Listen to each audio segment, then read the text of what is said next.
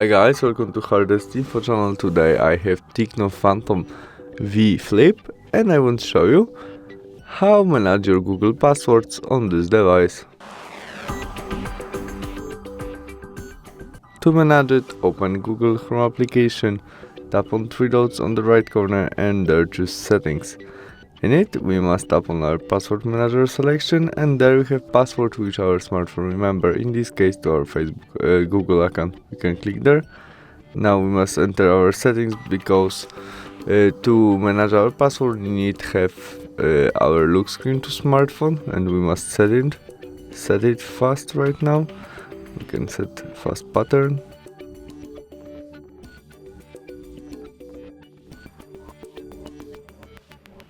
And after we set it, we can get access to this password which our smartphone remember, and there after we press this first icon we can copy our email and copy our passwords, or when we choose this ice icon our smartphone shows us password which remember.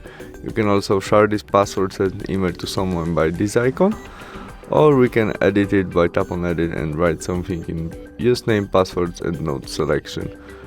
After we write something, remember to press save. You can also delete all our smartphone remember by delete and confirm by delete again. And that's all. Thanks for watching. See you soon. Bye.